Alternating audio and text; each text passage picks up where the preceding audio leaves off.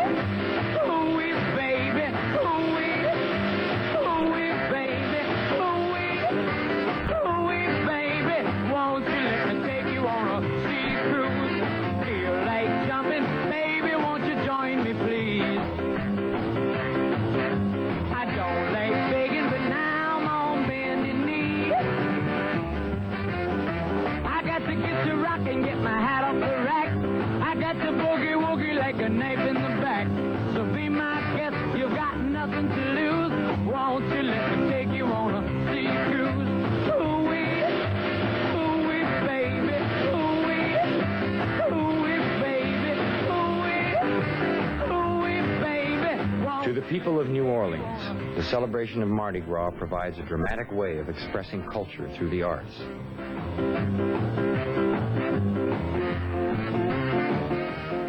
Mardi Gras is celebrated on the last day before Lent, the period in the Christian religion stretching from Ash Wednesday to Easter, which is observed by fasting and penance and commemorates the Passion of Christ.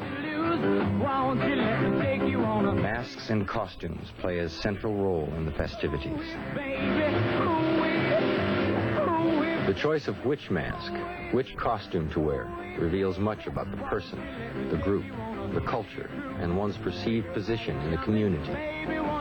If you're white, wealthy, and a member of the elite, you probably belong to one of several secret Mardi Gras clubs called crews. Crew of Rex, of Comus, of Hermes. You wear costumes patterned on the court of Louis XIV, ride in floats, throw trinkets to the mob, similar to the attitude of noblesse oblige of an earlier era. But if you're black, working class, and poor, you must find a new way to bring your own history and traditions to Mardi Gras. If you want to be white today, you can be white today. Superman, Batman, Robin Hood. You can be anything you want to be today, but not tomorrow. You got to be a nigga tomorrow, because that's what you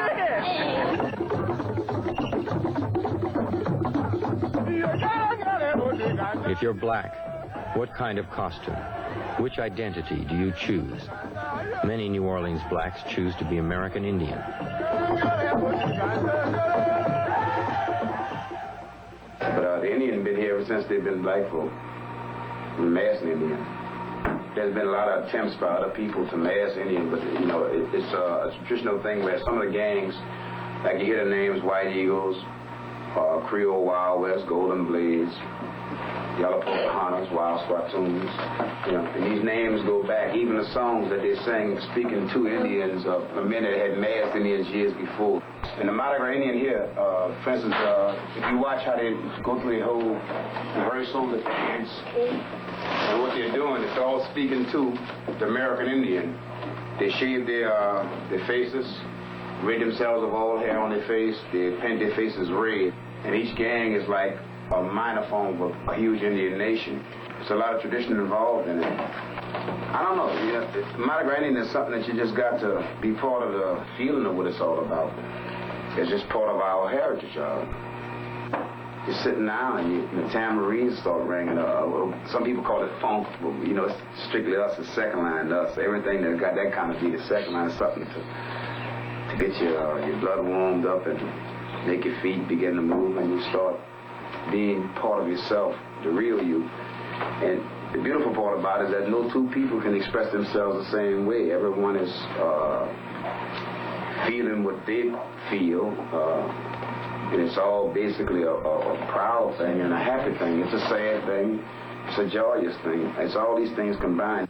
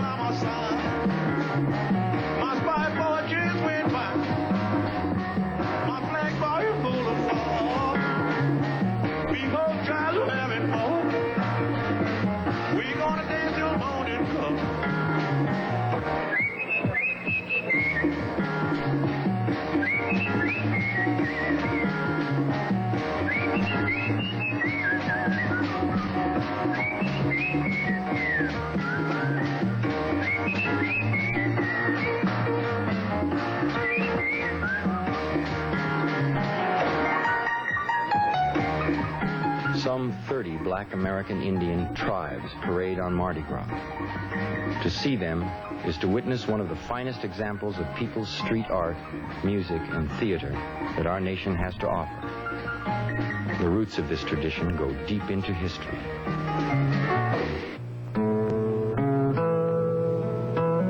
Long before the white man came to Louisiana, the territory was inhabited by Indian peoples, Natchez, Choctaw, Houma, Creek, among others. By 1800, white settlers had stolen much of their land, and many individual members of these tribes had drifted to New Orleans and taken up residence there.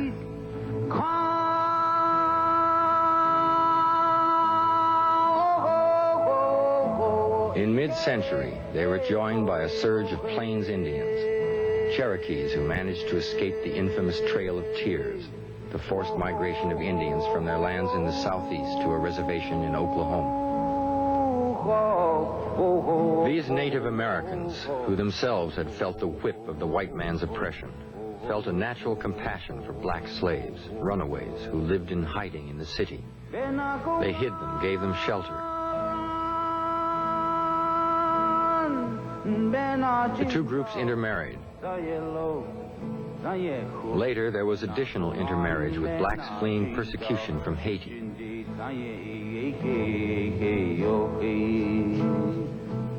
A profound affinity developed. The black man admired the red man, appreciated his help and support. It was natural that, as a living symbol of his respect, he would take on the costume, dress, and customs of his brother.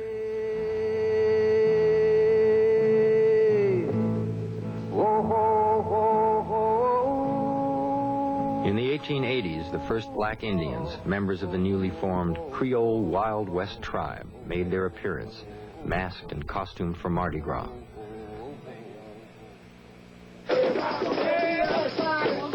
Today, on Sundays after church, members of New Orleans' black Indian tribes rehearse for Mardi Gras in neighborhood bars.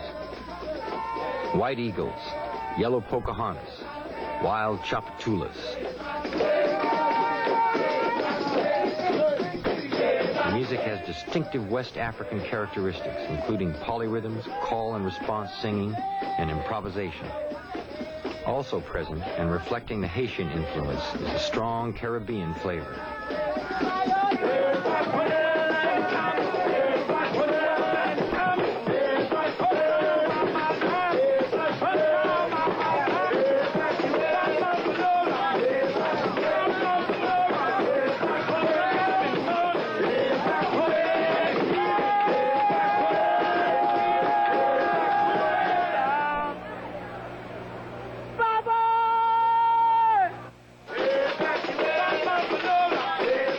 Costumes are works of art, weighing upwards of 60 to 100 pounds each and consisting of hundreds of feathers and thousands of beads and stones.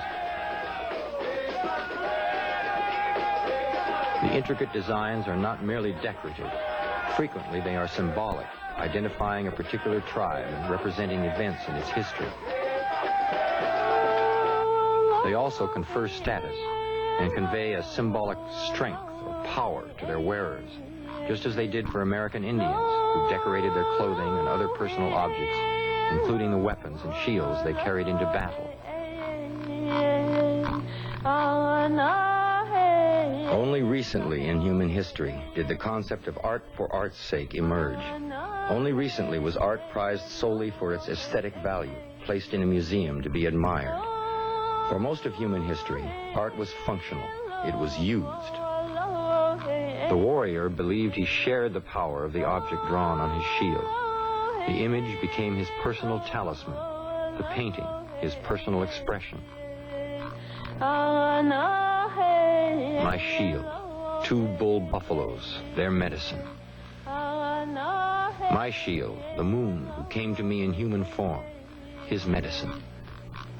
My shield, the eagle, his medicine. He charges from the clouds into the flying bullets.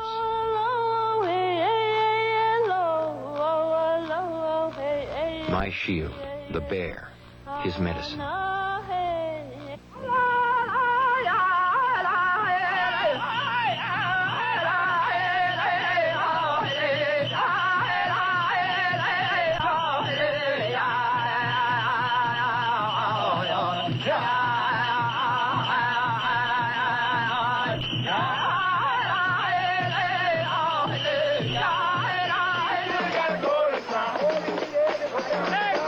This tradition has continued among the black Indians of New Orleans.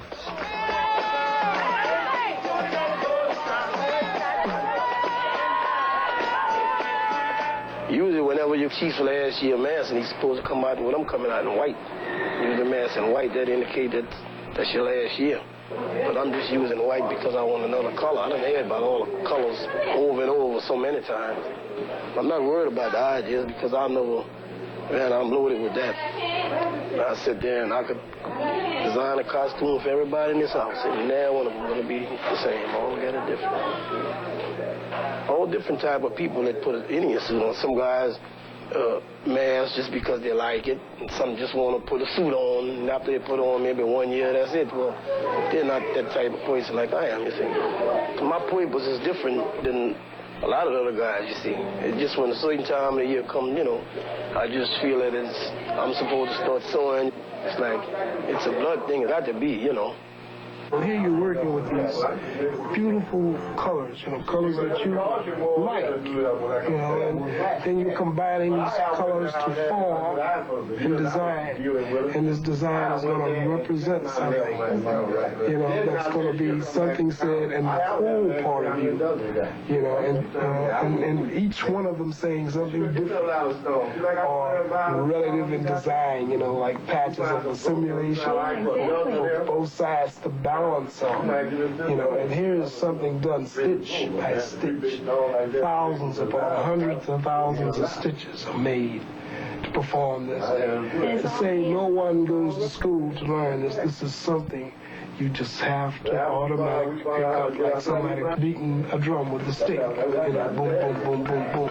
No one tells you. You just feel it. It all comes from one thing. You're wanting to do it.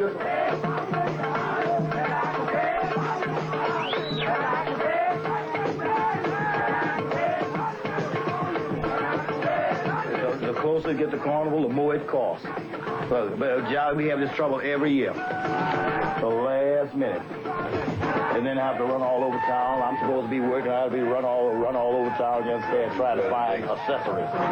Right. And each year it's the same thing. Well, do better next year. Start off right after Carnival, you know, right after Carnival. But then fall through along the way, and then at the last minute, here we go. Spy boy now. I'm the spy boy. I'm the spy boy. I'm the spy boy. I'm the spy boy. I'm the spy boy that morning. Spy boy couldn't see money on the star. Spy boy that morning. Spy boy that day. Spy boy. Spy boy. Spy boy. In the carefully defined tribal hierarchy of the Black Indians, this is Spy Boy. He scouts the way.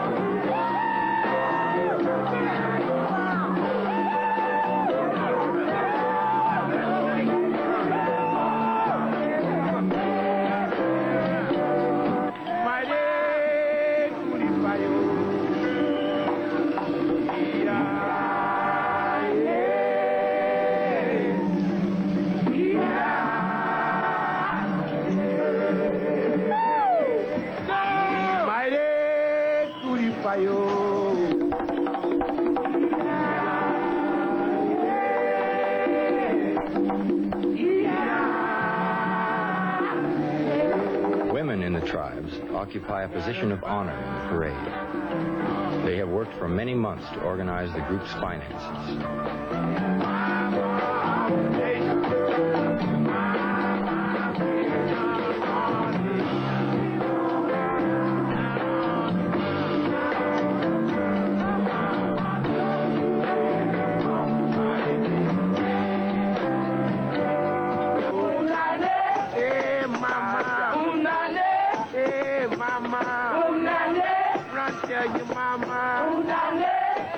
And finally, spread out through the parade, the gang, or tribe, the second liners.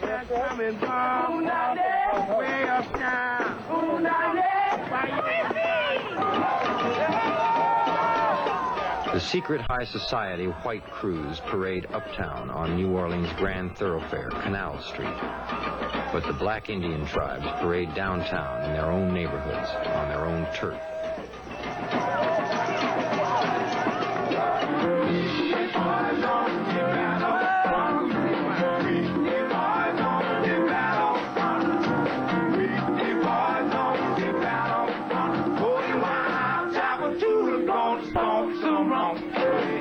So, on Mardi Gras Day, the various black Indian tribes meet to challenge one another in costume, song, and dance. The descendants of two oppressed peoples, Indians and black slaves, resplendent in handcrafted traditional costumes, making a proud and joyful sound.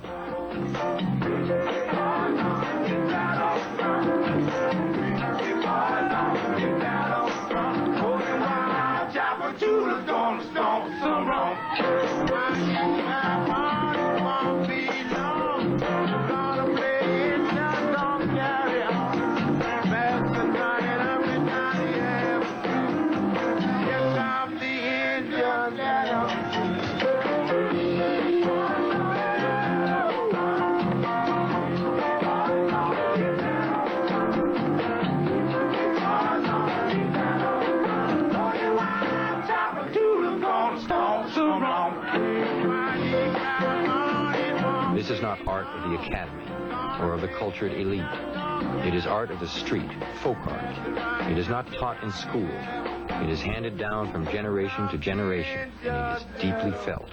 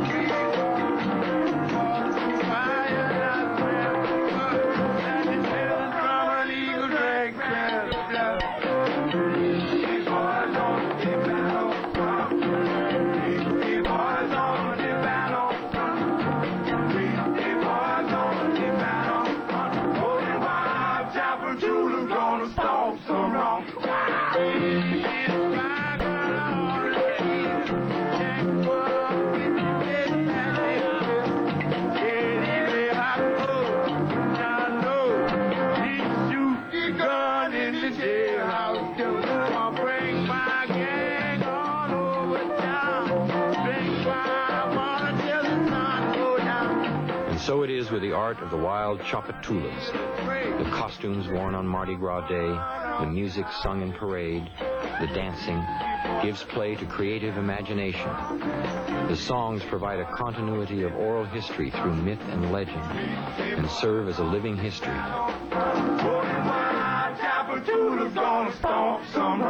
They enhance group solidarity and affirm their black consciousness. And while its aesthetic form embodies traditional themes, motifs, and symbols, it is constantly reinventing itself. It is forever new. New costumes are made every year, and the lyrics of the songs are constantly changing.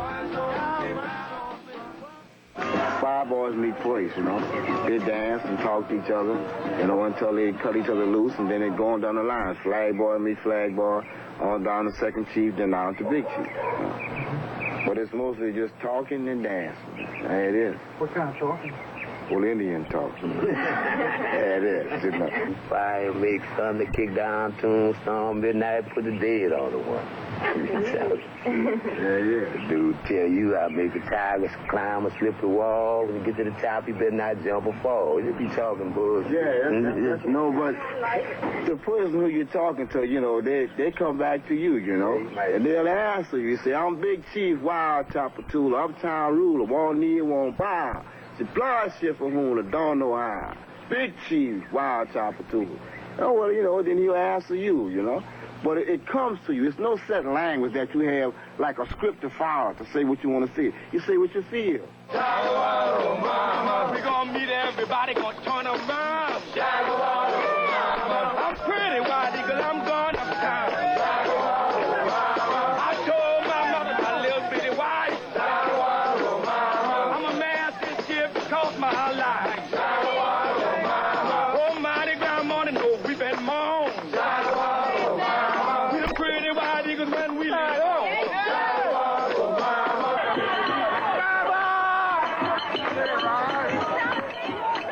The tradition has endured for more than 100 years. It will continue.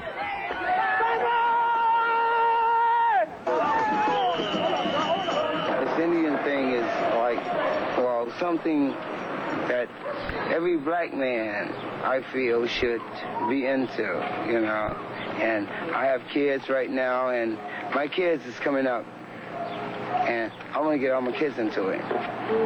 When it gets to the point where I have to drop out, I want my kids to take over for me. Some of the black traditions are not being brought forward as much as they should, as far as tradition is concerned, you know. This is an environment that's a part of the people. We wish that we can convey to every person, you know, a feeling of tradition. Long live Mardi Gras. Long live the living. Long live the wild Chapatulas. Long live the Black Indians of New Orleans.